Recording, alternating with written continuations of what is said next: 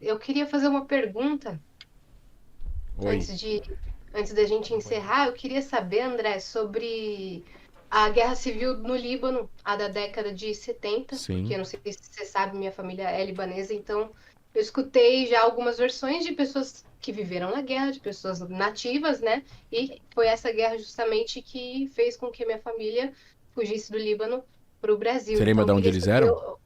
Oi? Você lembra de qual região eles eram? Sim, é Razi, interior do Líbano. Uhum. Ok. E eu queria saber outra perspectiva, né? Queria saber Então, a guerra da sua civil no Líbano. visão. A guerra civil. Qual perspectiva? Desculpa, te interrompi. Eu queria saber da sua visão do estopim, quem estava encabeçando a guerra e qual o reflexo que ela tem no conflito de hoje. O Líbano é uma. É triste a história do Líbano, né? Porque o Líbano sempre foi a Suíça do Oriente Médio. Eu tenho uma amiga libanesa que fala que o Líbano, na verdade, não é árabe, ele é fenício, ele é mediterrâneo, ele é levantino. Essa arabização que foi feita ao Líbano, na verdade, isso aconteceu nos últimos 100, 200 anos, não era assim, etc e tal. Enfim, o Líbano ele é sectário, né? Você tem várias religiões representadas por pequenas, grandes minorias, né? São 10, 15% aqui, 10, 15% ali. E isso formou o mosaico libanês. Com a entrada de palestinos ou árabes da região da Palestina que fugiram em 48, depois que se juntaram com lideranças da OLP que fugiram da Jordânia em 70, esses armados e organizados de forma paramilitar, o sul do Líbano se transformou num caos, porque eles estavam usando o sul do Líbano para atacar Israel e hostilizavam os cristãos libaneses que moravam no sul do Líbano. E, se não me engano, também os xiitas, porque os palestinos são sunitas. E começou, realmente, existiu aqui uma, uma série de acusações. O que eu já escutei de estopim da Guerra Civil foi um casamento de um palestino que acho que tinha tido algum massacre em algum lugar é, de, de palestinos contra cristãos. E aí eles estavam num ônibus voltando de um casamento, atirando para cima, comemorando. E parece que os cristãos foram até esse ônibus, pararam o ônibus, mataram todo mundo. E que eram palestinos, e aí começou meio que a guerra civil. A guerra civil é que colapsou o exército libanês, não existia mais nada de união nacional, e cada um vai lutar pela sua tribo, pela sua etnia, pela sua religião. Então eram grupos opostos lutando, você tinha aqueles que eram pró-palestinos, Síria, de um certo modo, e os grupos mais pró-Estados Unidos, Israel, cristãos.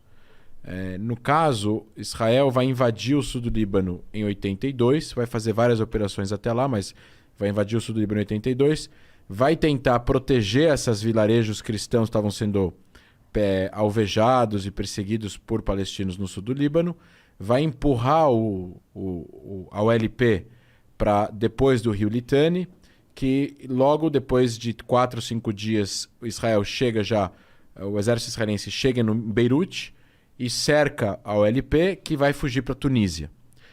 E daí, a partir daí, o que acho que Israel tentou fazer errado foi o nation state building. Eles tentaram ajudar a eleger um governo libanês cristão pró-Israel. Ou pelo menos não antagônico a Israel. Assim, as pessoas não precisam nesse lugar do mundo se morrer de amores. Mas se eles se reconhecem, se aceitam, já está ótimo. E foi o que aconteceu. Foi eleito Bashir, que foi presidente do Líbano por um breve período, e foi morto depois pelos sírios. E aí começou pelos sírios junto com palestinos, e aí os cristãos se rebelaram e fizeram o Sabra Shatila, que foi o massacre nos campos de refugiados palestinos. E aí teve toda a acusação a Israel de que Israel sabia e não fez nada para impedir. Tem gente que fala que não, que Israel não sabia. Enfim, virou um caos. É o que é conhecido como a lama libanesa. Agora estão falando a lama afegã. Essa era conhecida como a lama libanesa. E Israel ficou... E aí Israel sai do sul de Beirute, acaba meio que não conseguindo implementar os seus objetivos políticos lá. Os objetivos militares já tinham sido cumpridos, porque a OLP já tinha saído e ido para a Tunísia. E eles mantiveram uma zona tampão de 4 ou 5 quilômetros no sul do Líbano para impedir a chegada à fronteira, encostar na fronteira com Israel, de grupos radicais. E nessa presença, a gente está falando de uma época, você tem que lembrar também toda a questão regional e toda a questão global. Estamos falando da década de 80, onde estava rolando a guerra do Afeganistão, já tinha acontecido a Revolução Islâmica, os iranianos já estavam dentro do Líbano influenciando com as guardas revolucionárias na criação de um grupo que veio se tornar o Hezbollah, que hoje é mais forte que o exército libanês.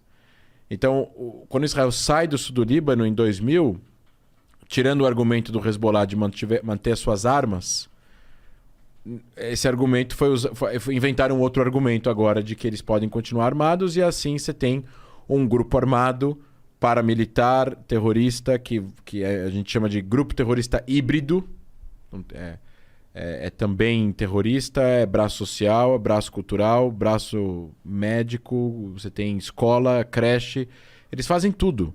É que nem um grande partido que domina o país. É tudo do partido. O Estado é ele, né? É tudo dele, nada é além dele. Então o Hezbollah faz isso. E o que acontece? A ideia do Hezbollah é gradativamente dominar o Líbano, posteriormente transformar o Líbano em um lugar onde os muçulmanos, isso é do Hezbollah, vão se tornar hegemônicos, mais uma vez, com a ideologia já iraniana, xiita nesse caso. Então você tem uma grande fuga de pessoas que moravam no Líbano, principalmente de cristãos, mas também de muçulmanos, que vão fugir, vão para outros lugares. Antes da Guerra Civil, durante a Guerra Civil, depois, no meio da Guerra Civil.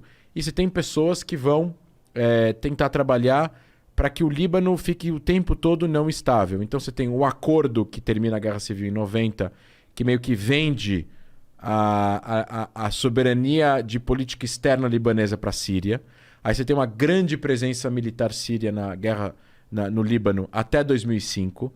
E aí quando a Síria sai do Líbano, existe toda uma questão de presença iraniana junto com o Hezbollah na oposição. Aí tem a guerra do Líbano com o Israel em 2006, que na verdade foi uma guerra do Hezbollah com Israel, onde Israel não responsabiliza o Líbano e sim o Hezbollah, tanto que há muitos alvos atingidos, a maior parte dos alvos atingidos são do Hezbollah e não do Estado libanês. E aí, a partir de 2009 e 2010, o Hezbollah entra para o governo libanês.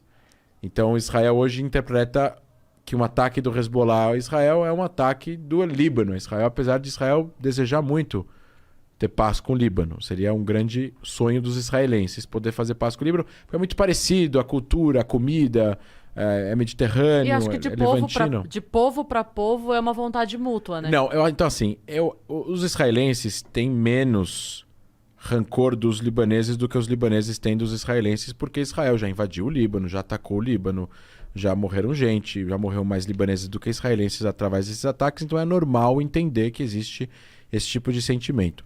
É que o libanês, ele odeia mais o Hezbollah e os sírios do que Israel. É isso que eu escuto, pelo menos, de amigos libaneses que moram lá. Não é que eles morrem de paixão por Israel, mas eles têm muito ressentimento da ocupação síria. Eles falam assim, a ocupação de Israel foi ruim, mas a Síria foi pior.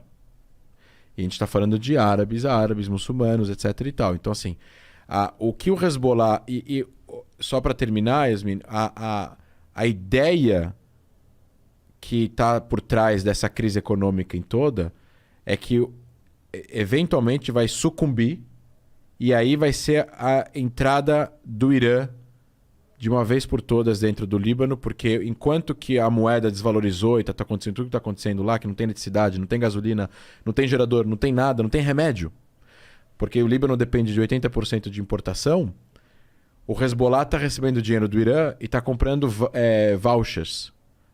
Vale comida, vale remédio, vale creche, vale hospital, vale aluguel, vale eletricidade, vale gasolina.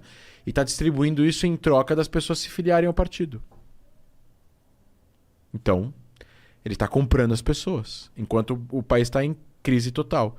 Ele está ganhando popularidade, porque ele está dando comida para as pessoas. Eventualmente, numa crise política de queda, o Líbano poderia cair em mãos do Hezbollah.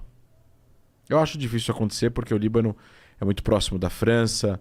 O Líbano foi protetorado francês. O Macron visitou o Líbano quando teve a explosão no porto. Mas assim, é isso. A amônia que estava guardada no porto era do Hezbollah, que estava sendo guardado pro regime sírio. É tudo culpa deles.